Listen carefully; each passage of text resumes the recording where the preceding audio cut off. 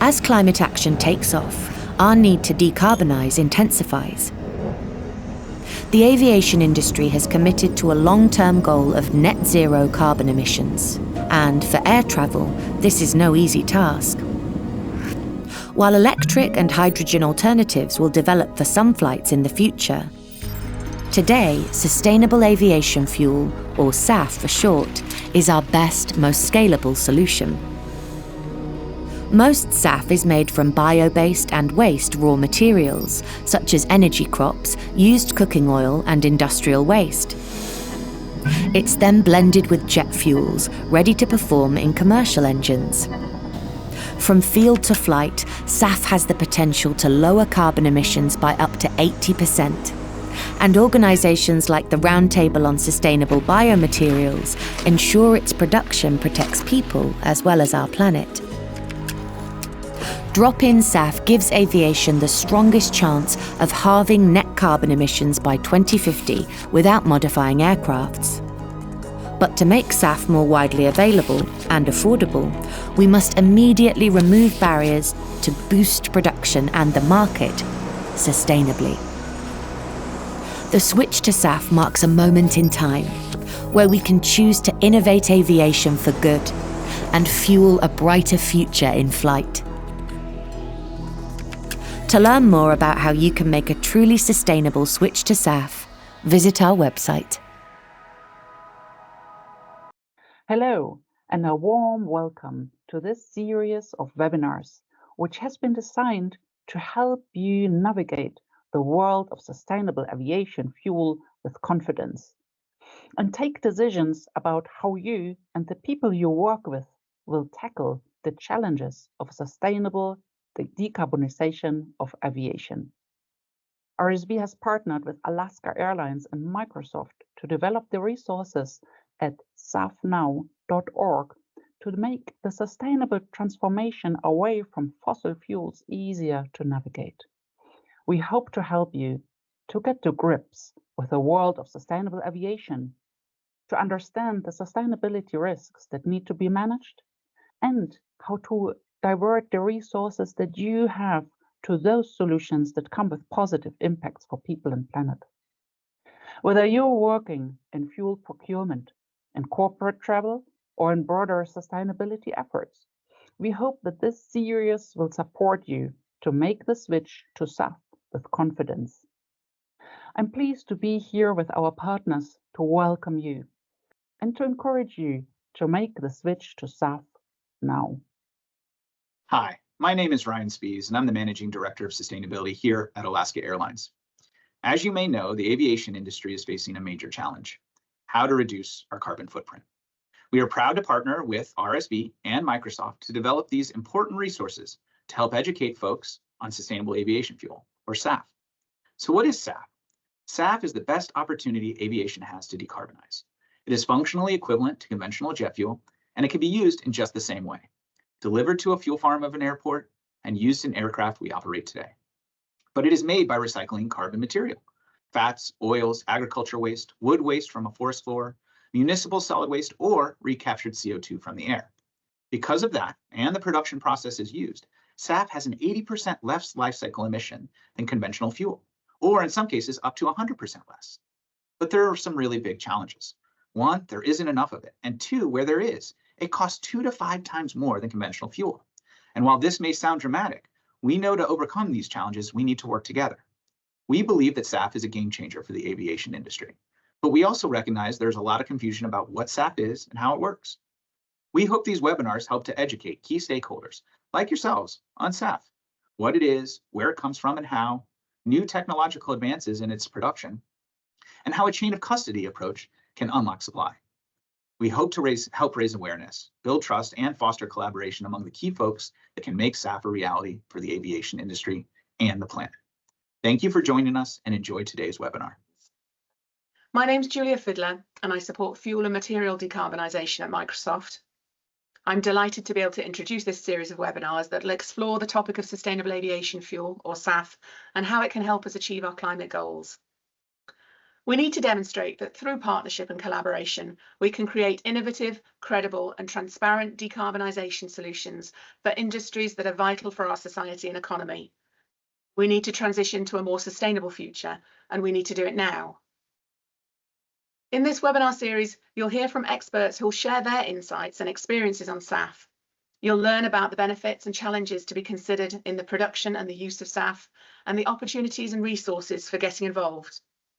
We hope this webinar series will help you build confidence and knowledge on SAF and encourage you to start your own SAF journey. Thank you for joining us today as we introduce this SAF Now webinar series. We hope you're as excited as we are to learn about SAF and how it can help us achieve our climate goals.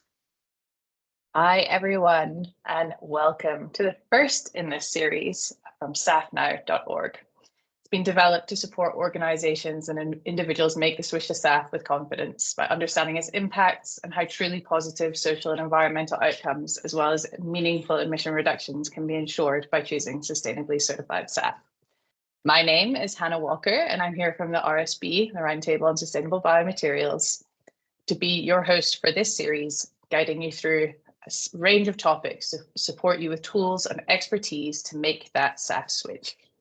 We're really proud of this partnership with Alaska Airlines and Microsoft, and we hope that you will use these resources to help make that switch a reality. In this series, we've brought together experts from across the SAF world to dive into how the fuel is made, what it's made from, how it compares to fossil fuel, what types of innovative technologies to look out for, and what tools are available now to support the necessary scale to reach ambitious net zero targets for the aviation sector and all of the industries that rely on it. During each of these webinars, you're going to hear from a series of experts. Should you have questions during the webinar, we encourage you to use the Q&A function. Our team are there to answer questions, and we'll put some of them to the experts at the end of this webinar. Today, we're going to be diving a bit deeper on what sustainable aviation fuel is. We'll learn why these fuels are such an important tool for aviation decarbonisation, what we mean when we say SAF, and really importantly, how we put the S for sustainability into SAF through adherence to really rigorous social and environmental sustainability requirements. You'll be hearing the airline perspective shared by Courtney Unruh at Alaska Airlines on why SAF is such an important tool to achieve decarbonisation today without requiring major technological advancements. Then we'll hear from Charlotte Hardenball at Sky Energy about what goes into actually producing it, the current status of SAF production, how it compares to fossil jet fuel, and more. And then finally, my colleague at RSB, Ariana Baldo, is going to dive into what makes SAF sustainable or not, and how you can make sure that what you're investing in or purchasing is driving truly positive impacts. So thank you for joining us today. We hope to see you in the following webinars as well. They're happening for the next 3 Thursdays at the exact same time. Please remember to register separately for those. And without further ado, I'm going to hand over to Courtney. Courtney, over to you.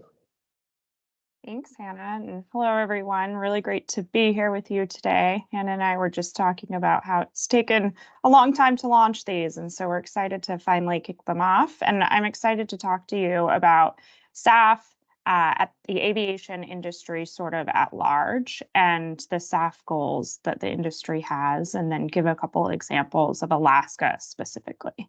So the aviation industry at large is tackling a really big problem. This decarbonization issue is specifically difficult for aviation, and I think many people maybe on this webinar know that there's not a lot of options for us to decarbonize within this industry. If you're in the trucking industry or other heavy transportation industries, you sometimes have battery or electric options that just aren't going to be as available for aviation in the near term. And so SAF really is our biggest lever to reach our decarbonization goals in the next 5, 10, 15 years. To date, global aviation emissions are only at 3%. And so while that may seem small today, we know that that's going to grow as other industries are able to decarbonize quicker. And so that's the graph that you see here in the middle of the screen. It talks about by 2050, where we see aviation growing, the emissions of aviation, and they could grow up to about 22% globally. And so that's a really, really kind of scary reality, and another reason that we need to make sure that SAF is growing and the industry is growing today. On the right-hand side, this talks a little bit about how large of a role SAF could actually play in aviation's decarbonization journey. And so by 2050, it's estimated that if we're able to grow the SAF industry starting now, that could have a reduction of up to 65% in aviation's emissions journey. And so I wanted to just kind of put this in perspective a little bit to show an actual airline, Alaska Airlines, sustainability path and how we're thinking about SAF.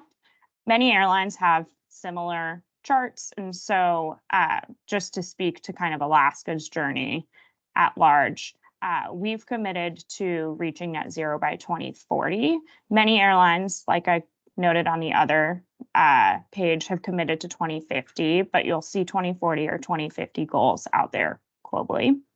And for us, we put together kind of 5 key levers of how we think we're going to get there. SAF is the largest, just as modeled on the last slide, and our biggest opportunity as well to reduce the most emissions comes within that third bucket, SAF. So within option number 1, we're expecting to find some efficiencies. We've already started finding some efficiencies within our operation. Examples could be like flight planning software that maybe help you plan more direct routes. And so that's something we're doing today and able to reduce a little bit here and there. Option number 2 is fleet renewal, and we do see some large efficiencies within here. They're probably, depending on the aircraft, you can see about a 20% emission reduction as you take an old aircraft out of service and replace it with a new aircraft. And then, as I mentioned, SAF, this third bucket, and why we're all here today, really is the best opportunity for us to decarbonize. It's available today. It's a drop-in fuel. I know Charlotte's going to talk more about how it's made and what that really means here in just a moment. But this is the section that Alaska's working, I would say, the most on to date. And at Alaska, we're really focused on trying to grow this industry at large, growing all technologies, any type of feedstock that Ariana is going to talk about how that translates into sustainability goals, and really making sure that this market today that's really small grows quite large and quickly. Last, before I hand it over to a couple of our other presenters, we're also looking at new technologies. So think about electric or hybrid type fleets. These aren't going to be available for a long time, and so it puts even more of an emphasis on why we need to focus on SAF. And then last, carbon removals, high quality carbon sequestration or direct air capture solutions to close the gap to net zero, especially for us since we're reaching for net zero by 2040. So hopefully this helps just show a little bit how this works in practice and how large of a deal SAF is within this journey. And so please feel free to ask questions, pop them in the chat, and we'll get back to you. But with that, I'm going to pass it back to Hannah to introduce the next speaker. Thank you so much, Courtney. Thank you. Now let's learn a little bit more about what we mean by SAF. So joining us from Sky Energy, who are global leaders in sustainable aviation fuel production, partnership and scaling, is Charlotte Hardenball. Over to you, Charlotte. Thank you so much, Hannah. Thank you for hosting these important series, and thank you for having Sky Energy and myself to speak to it. Let's jump in. To start off, why is Sky Energy speaking here today? Well, we've been here since SAF was really just an idea. So we were founded in 2009. We supplied the first flight in 2011 and many more after. And since last year's investment by Macquarie Asset Management, we're really ready to scale our operations and to help scale SAF and for ourselves to become a SAF major. But what we do is not only source and supply SAF, but we are now also developing production capacity projects for sustainable aviation fuels, and this will be key into reaching those net zero targets for 2050 with the industry. We also provide SAF and SAF claims and solutions to aircraft operators, corporates, and individual travelers, and help with our advisory services on SAF. Finally, I think very important here, also for all other presenters here today, is that sustainable aviation fuels can be done sustainably, and so we like to set the bar high and advocate and work for policy that supports that really truly sustainable aviation fuel. Now let's dive in.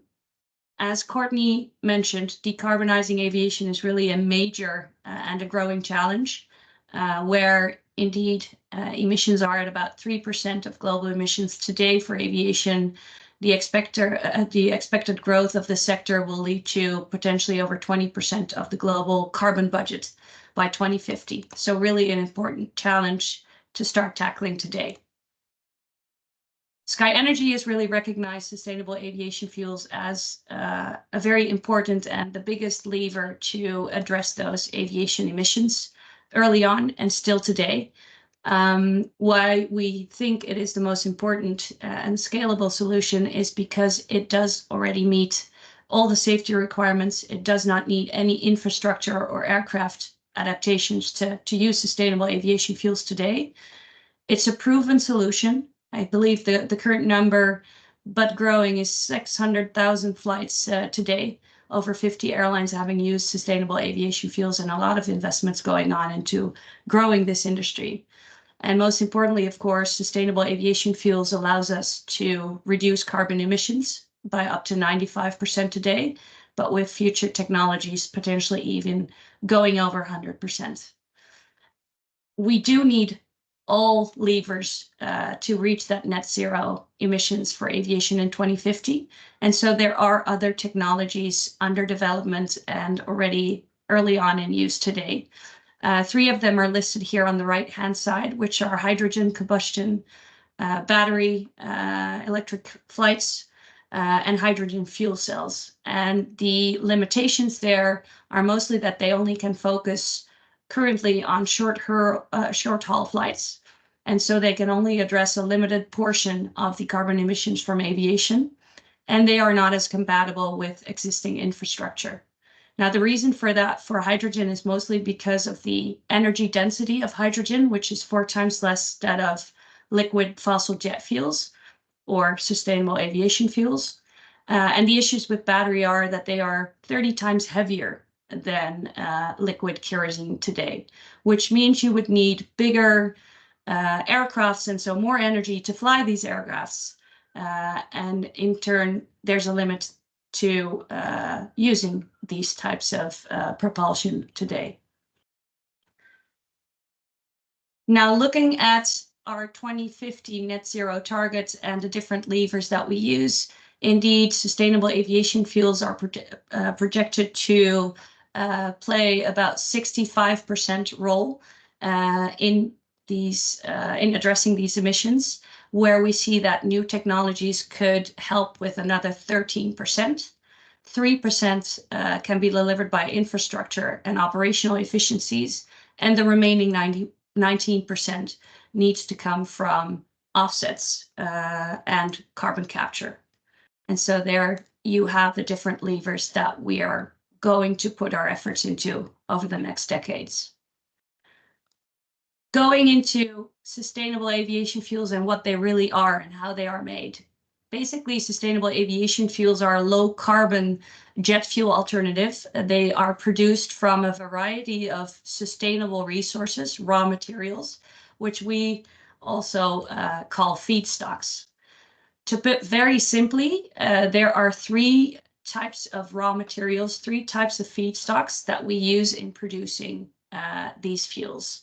They are oils and fats. Used cooking oils are an example, or other industrial waste materials, waste oils. Second category are solid biomasses, You could think of forestry residues or municipal solid waste. And a third category focuses on carbon captured from the air in combination with hydrogen, or ideally green hydrogen.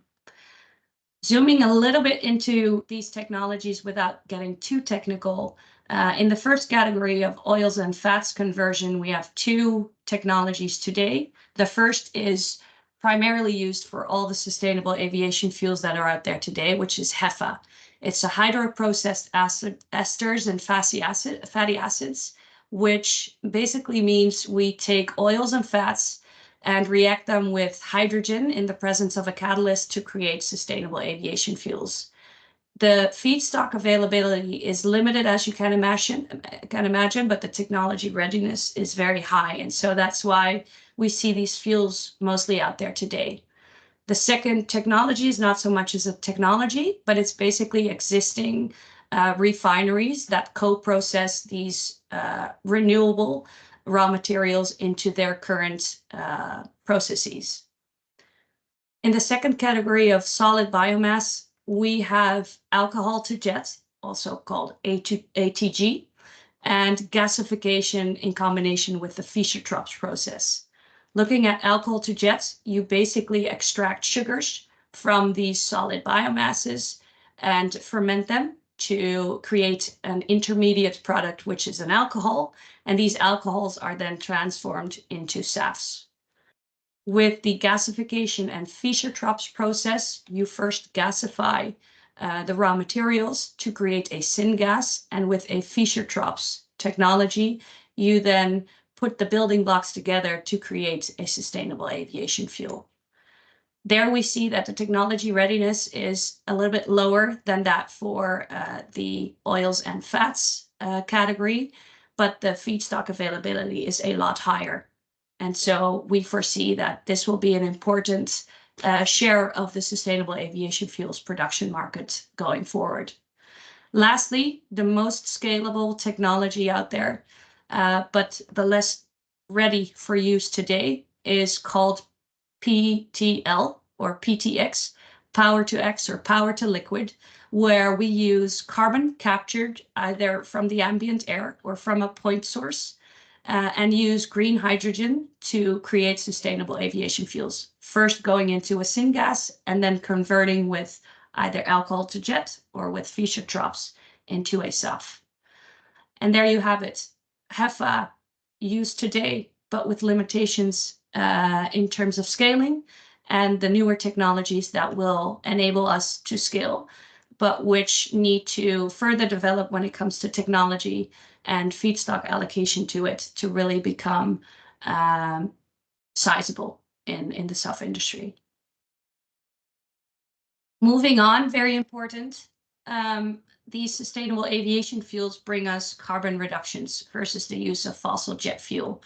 And how they do that is not by difference in combustion in an aircraft, and so different emissions. Emissions for fossil jet fuel or for sustainable aviation fuel are similar or identical. The difference is in the feedstock or the raw materials that are used. So in a supply chain or a carbon chain for fossil jet fuel, you take carbon that was previously stored underground and put it into the air, put it into the atmosphere, and so add carbon to the atmosphere. With sustainable aviation fuel, the feedstocks have already taken carbon out of the atmosphere, which are then again emitted when the fuels are combusted. But this closes the carbon loop, and so the feedstocks count for 0 additional carbon emissions into the atmosphere. And then why is sustainable aviation fuel not leading to 100% carbon reduction versus fossil jet fuel? That's because we still transport the feedstocks, transport the fuels. We use energy that emits CO2 during processing and refining. And hence, for the different technologies, there's different types of supply chains, there's a different carbon performance for these fuels. Moving on. Last little technical bit here is that the sustainable aviation fuel supply chain looks just a little bit different than that of the fossil jet fuel supply chain. Basically, when a production facility produces a sustainable aviation fuel, the product is then certified by a body or a standard called ASTM, the American standard that identifies different types of standards, different type of labels for different type of fuels produced by SAF technologies. When it gets this certification, it's certified as being neat SAF, so 100% sustainable aviation fuel, and it's handled separately from the fossil jet supply chain. It then needs to be blended with fossil jet, this neat SAF. And for different technologies, there's different limitations into the percentage that you need to blend it with. For the HEFA technology, for instance, it's 50% that it needs to be blended to be used in normal infrastructure. For other technologies, it goes down to 10% of sustainable aviation fuel versus fossil jet fuel. Once it is blended, however, there's another step of certification where the fuel is certified to be used as fossil jet fuel, and then can also be supplied into a hydrant system or in an airport storage or tank facility at an airport. The molecules are then basically mixed with fossil jet fuels and delivered into aircraft as fossil jet. And any airplane can then fly on these molecules. When it comes to actually the sustainable aviation fuel claims that you can then make as an airline or as a corporate, they are decoupled from the physical fuel once the certification has been done. This is also called book and claim, which will be addressed in another session of this webinar series. Looking at scaling, we have a big challenge ahead of ourselves. I believe there's currently about 65 SAF capacity projects announced or operational today, of which approximately 37 in the EU, 27 in the US. By 2050, we will need over 400 of these facilities to be operational. So a pretty significant challenge that's represented here. The investment to get there is somewhere over $400 billion US. And so to get these projects financed, we need a couple of things. Very important, of course, is feedstock availability to be able to run these facilities. And so allocation of these feedstocks to this specific industry. We also need technology development for the newer technologies, but very important is also very steady, supportive policy that's in place in the regions where we need it, and secure demand to build the case for investors to invest in these facilities. To close off with, out of those 400 projects, and the just under 65 today, Sky Energy is developing 3, one in the United States, one in the Netherlands, and one to be determined in Europe. We are working hard to get these in place, but you can understand not only SAF is not the one silver bullet, but also these 3 projects are not. So we're excited for these webinar series to get more stakeholders involved in this industry into really scaling and achieving that net zero carbon target for 2050. If you like to learn more, there's more webinar series, of course, coming. But you're also invited to use this QR code to find out more anytime or reach out. Thank you. Thank you so much, Charlotte. And now that you've heard about why we need SAF and what it is, let's learn about how do we know that SAF is really sustainable, that it can provide not only climate benefit, but also positive social and environmental impacts. And to help answer that, I'm pleased to hand over to Ariana from our team at RSB. Ariana, over to you. Thank you, Hannah. Hi, everyone. Thank you also, first of all, Courtney, for showing us the ambitious journey that Alaska Airlines is to achieve net zero, and Charlotte for the great overview on what is SAF. So in this last section, I would like to focus on the sustainability aspect of SAF, so putting the S in SAF, why it is so important, and how to demonstrate it to independent certification. So first of all, I wanted to recap the key messages from the previous speakers. So SAF stands for Sustainable Aviation Fuel, which, in other words, is jet fuel produced with renewable feedstock as opposed to fossil one. So fossil feedstock, as many of you I'm sure know, includes things such as crude oil or coal, while renewable feedstocks covers a spectrum of options from the more traditional energy crops like sugarcane or vegetable oil or corn, or also bio-based wastes like used cooking oil or agricultural waste, to more advanced feedstocks such as, for example, recycled carbon or direct air capture, and even renewable electricity. Then secondly, SAF is a low carbon fuel, meaning that it is expected to demonstrate a lower greenhouse gas emission profile compared to fossil jet fuel. And finally, today SAF is considered as the single largest opportunity to decarbonize the aviation sector.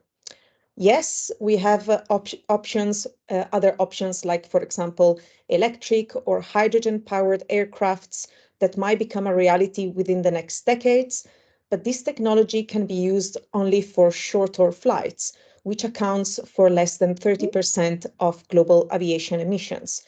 So if we want to continue flying internationally and sustainably at the same time, SAF is really the only viable option forward.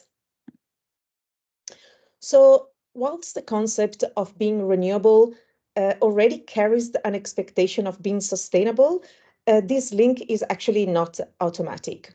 And this is why the Roundtable of Sustainable Biomaterials, or RSB in short, has developed the 12 sustainability principles and criteria, a set of principles that describe the best social, environmental, and management practices to produce bio-based and circular fuels and materials such as sustainable aviation fuels.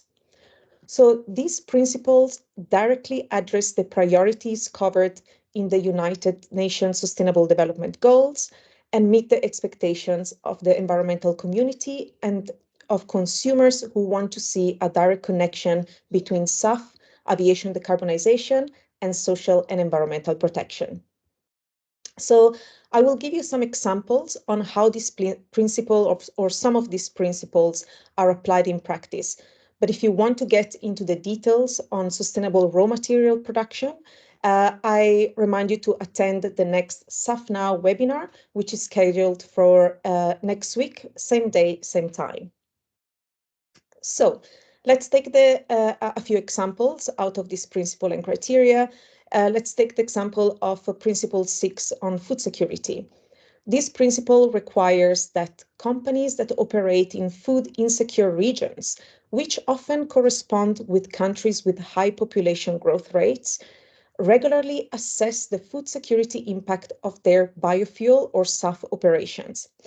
And it requires them to proactively enhance local food security by, for example, setting aside land for growing food crops or sponsoring agricultural support programs. Looking at an environmental aspect, we can look at Principle 7 on conservation. This principle bans the conversion of protected areas or areas of high conservation values, such as, for example, primary forest or key biodiversity areas. These no-go areas are identified through reputable authoritative sources, such as the World Conservation Union's database on protected areas or UNESCO's map on biospheres reserves. Another principle that I wanted to highlight is Principle 3 on greenhouse gas emissions. This principle requires that products like sustainable aviation fuels contribute to climate change mitigation and that their emissions are significantly lower than the fossil-based alternative. But how does SAF emit less greenhouse gases than fossil fuels? And here I continue what Charlotte introduced in her slides earlier. So first of all, it's important to note that SAF emissions are calculated on a life cycle basis. This means that greenhouse gas emissions data are collected along the entire value chain, from the use, for example, from the use of fertilizers in feedstock production or the use of diesels in machinery to harvest crops, or for example, to energy use at refineries, to transport emissions, to transport feedstock or sustainable fuels around. Secondly, the magic ingredient to a low carbon fuel is the feedstock.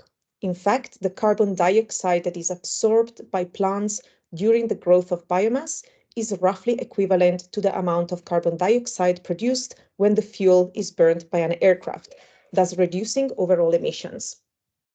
When the feedstock is a waste, such as, for example, used cooking oil, this feedstock is considered as having a zero greenhouse gas intensity at the point of collection. The final SAF greenhouse gas value is then compared to a fossil jet fuel baseline, and the results indicate the total emission reduction achieved. And here you can find an example of a SAF that is produced with used cooking oil. So how do we demonstrate that these sustainability aspects are actually implemented along the SAF value chain? So certification is an important tool to verify that sustainability principles and greenhouse gas emission reductions are actually achieved, thereby providing robust and credible claims to those airlines and corporations that purchase SAF along with its sustainability claims. RSB offers certification solutions for different types of fuels and materials, and the SAF market can opt for both voluntary certification options, such as RSB Global, which is geared toward voluntary market claims, including book and claim, or regulatory certifications, such as EU RED for European market and CORSIA for international aviation. All RSB certification schemes require compliance with the 12 sustainability principles and criteria that I showed earlier, and are applied on a risk basis. It also demands that sustainable aviation fuels achieve a minimum 50% greenhouse gas emission reduction compared to fossil jet fuels. This compliance is verified through independent third-party audits. So with that, we come to the end of the presentation. So thank you very much for your attention. We welcome any questions, and I hand over to you, Hannah. Thank you. Thank you so much, Ariana.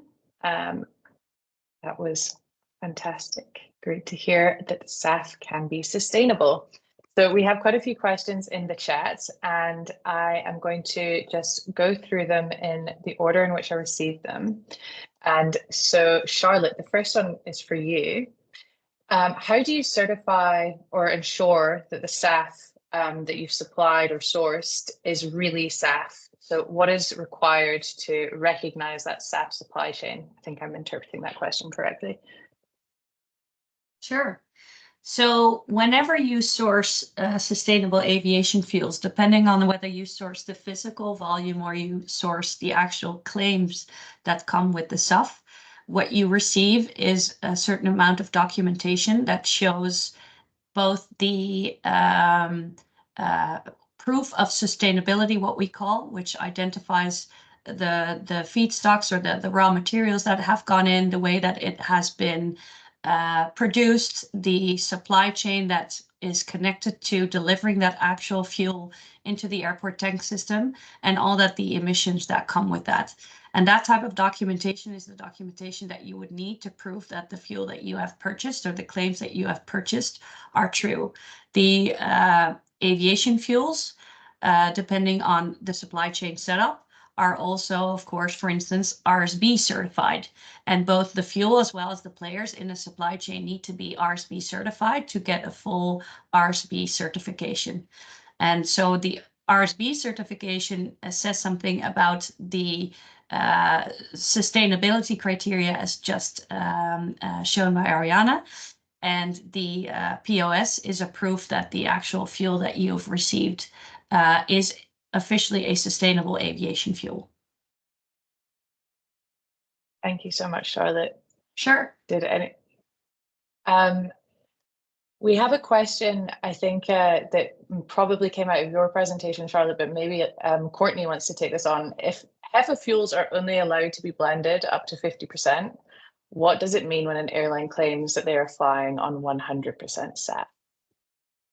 Yeah, great question. So there's been a couple test flights where airlines have done flights with 100% SAF, which means that they're either doing an example flight with fuel that's not blended. So they'll be flying on maybe a special certificate under research and development. And so Alaska did one of those flights with Boeing a while back when we were collaborating on a project called the Eco Demonstrator, where they put 100% SAF that was not blended into one of the airplane engines and then flew that around.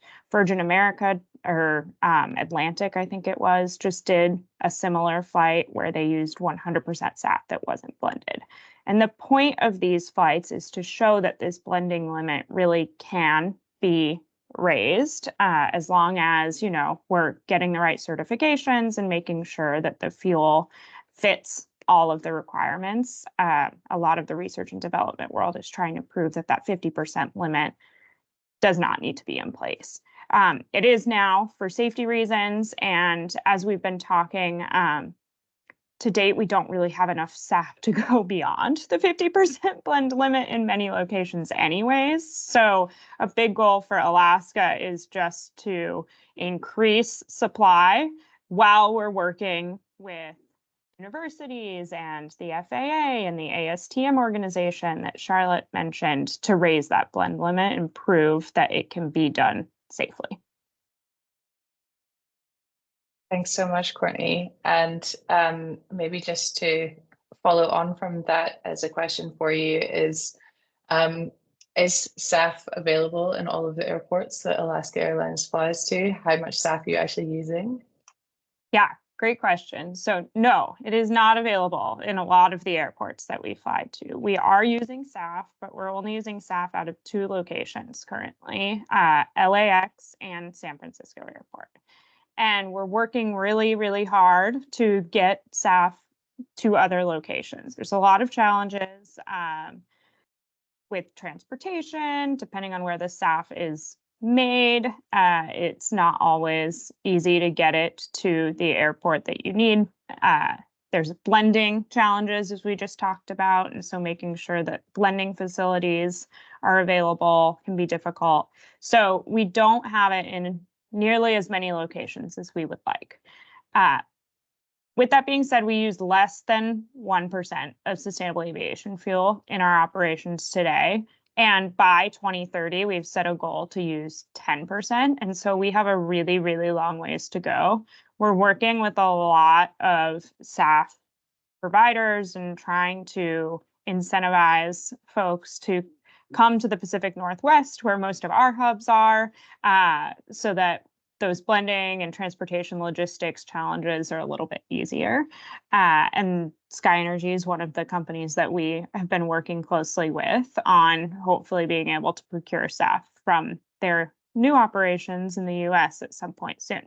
So there's a lot more work to be done here. I think the message that I wanted to get across is numbers are small today, but there's a ton of excitement around this, especially because we're realizing that this truly can be done sustainably. There's a lot of partners that are interested in helping solve these challenges. And so as we get closer to 2030 and 2040, we're really working to get those numbers way up. And can I shortly add to that question as well? Is one important thing to know, because there is a limited amount of production locations today, not all airports are supplied with sustainable aviation fuels.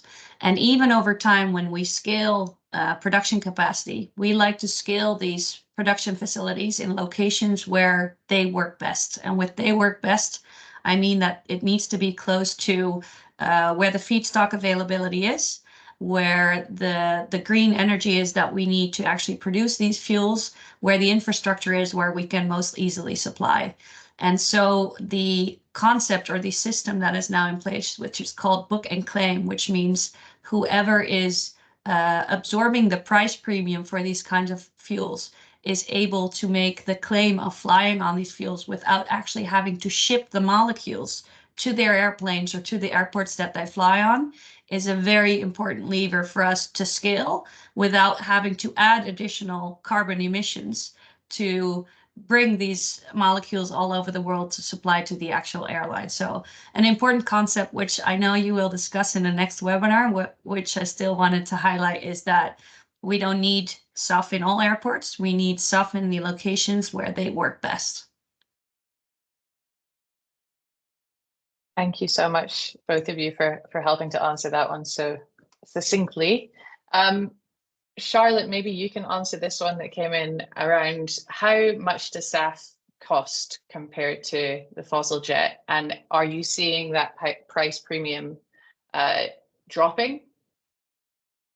Very, very important question, and one where in the early days, we were also on team.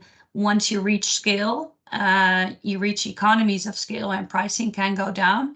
I think we're currently at about twice, maybe 3 times the price of of fossil jet fuel when it comes to sustainable aviation fuel. That is based on the HEFA technology that is mostly used today. And so these oils and fats as raw materials. With the new technologies, we see that these technologies, because of conversion percentages and the cost of different feedstocks, for instance, with power to liquid or power to X, you need a lot of green hydrogen and green electricity, which is expensive, that we see that the technologies that are going to bring scale to SAF are actually not going to be cheaper than the volumes that are produced today. So we're hoping for somewhat of balancing, that we can use economies of scale. At the same time, we see that these new technologies are going to be pricey ones and need to develop further for the price to come down. So for the overall SAF market price to come down over time, we currently do not see that happen in the next decade or so. But we're pushing to make as much of the economies of scale as we can. Can I add one more thing to that? And it was mentioned earlier in the webinar as well, but public policy is also a huge piece to the overall pricing of sustainable aviation fuel. And so in the US, this works different in different areas, but in the US, we have more of an incentive-based market where we can propose policy to give producers incentives in certain locations, both at the federal level and even state by state. And so our team is working really closely with Sky Energy and other producers to try to explain to politicians why this is so important, the benefits that this has on overall global emissions, and why we should be incentivizing SAF production and helping pay for it. And as we get more of that enacted, we'll be able to hopefully see the price come down. But we need long-term policies for set amounts that producers can really count on to be able to then see this price come down as well.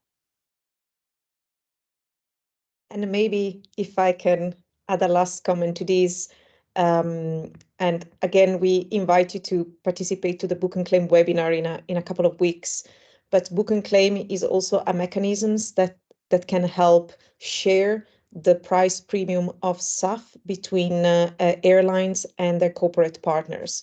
So beyond, of course, economies of scale, as the SAF production grows, beyond policy mechanisms, there are also these market mechanisms that are currently being put in place to support addressing the price premium of SAF, and that are also expected to boost investment and demand in SAF production, which will hopefully again reconnect to everything that was just said till now. Thank you. And I think, Courtney, you've partially answered a question that came in around the difficulty of other countries using and developing SAF. We saw examples from the US and the EU, and I think a big part of that is down to policy, isn't it?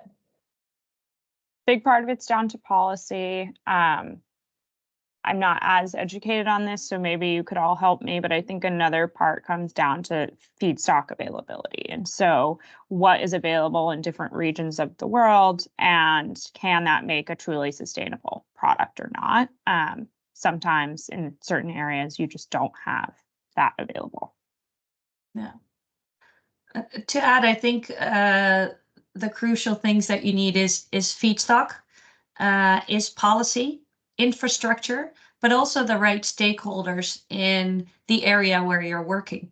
So we see right now that in North America, in the Americas, and in Europe, there's a little bit of a more mindset that's ahead of the rest in terms of how to think about these projects, how to support these projects, and how many stakeholders that are willing to support a project and take a certain part of the risk or a certain part of the financial liability that is there for a project. And so such a supportive environment is really needed also to bring a project to reality.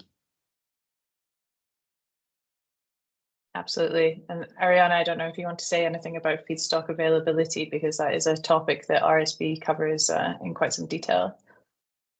Yes, indeed. The question of feedstock availability is certainly crucial for any SAF development and for any investment into SAF. So having not only the security that there is a long-term availability of a feedstock in a certain region, but also having the security that the utilization of this feedstock is sustainable, meaning that it can meet sustainability criteria, but not only, but also that it's not, for example, diverted from alternative uses, like, for example, from a local road transport fuel, road transport biofuel, a market, for example, or else, which would need to be, a gap which would need to be covered by the use of additional fossil feedstock. So feedstock sustainability needs to be considered really as a whole and with a holistic approach.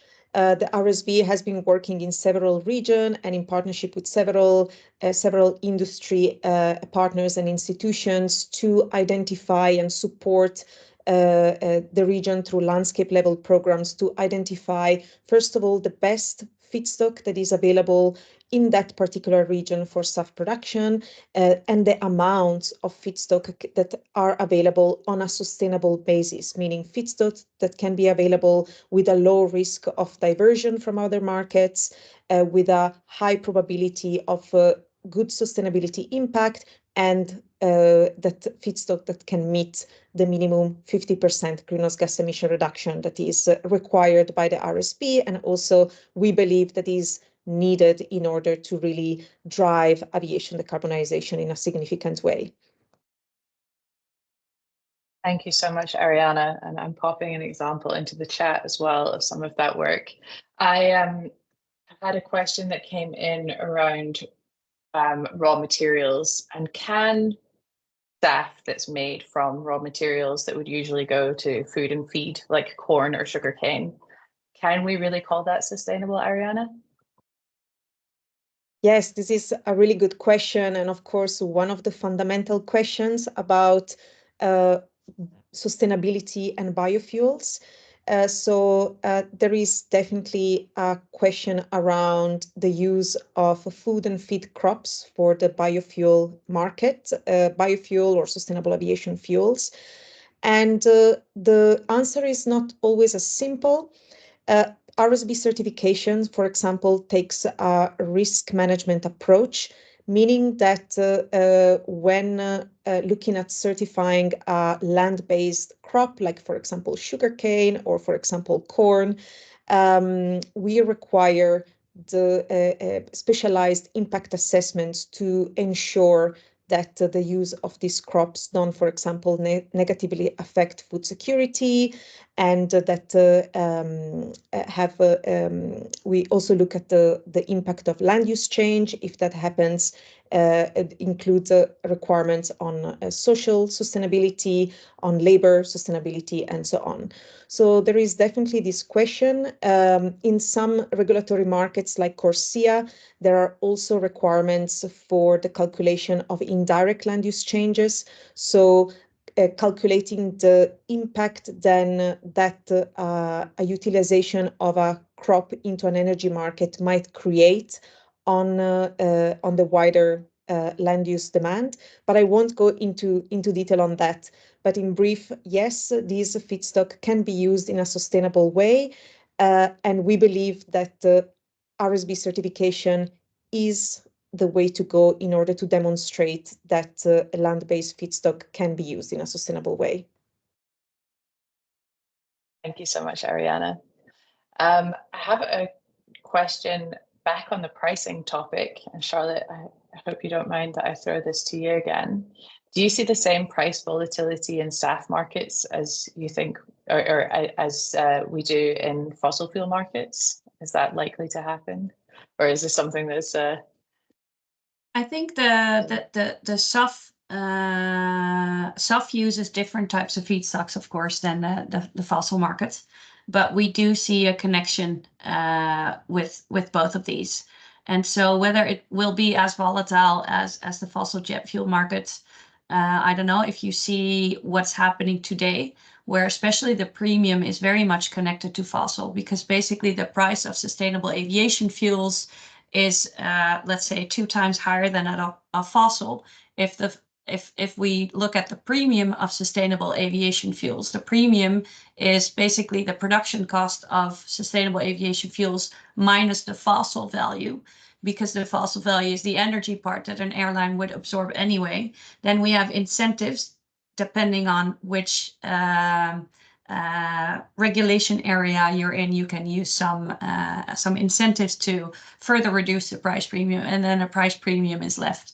Currently, with fluctuations in the fossil jet pricing, that very much affects the premium of sustainable aviation fuels. So we have seen that premium go up to somewhere around 1,500 euros per ton, down to 500 euros per ton over the past 2 years. And so in terms of the premium, you can say there's serious fluctuations when it comes to the actual product.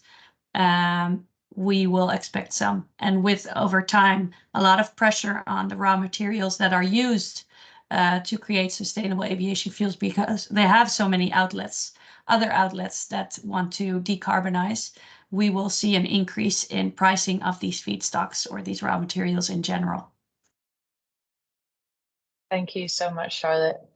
And I see we have questions in the chat around, there's a lot of interest in book and claim, and there are some other questions around different non-HEFA pathways. I'm not ignoring you on purpose. We have reached the end of our time, but I am also using this as an opportunity to encourage you to sign up for the rest in this series of webinars. So we are going to be covering next week, we'll be digging in deeper on raw materials themselves, so the feedstocks that we're using. In the following week, we'll be looking at Power-to-X as a new and emerging important technology for SAF.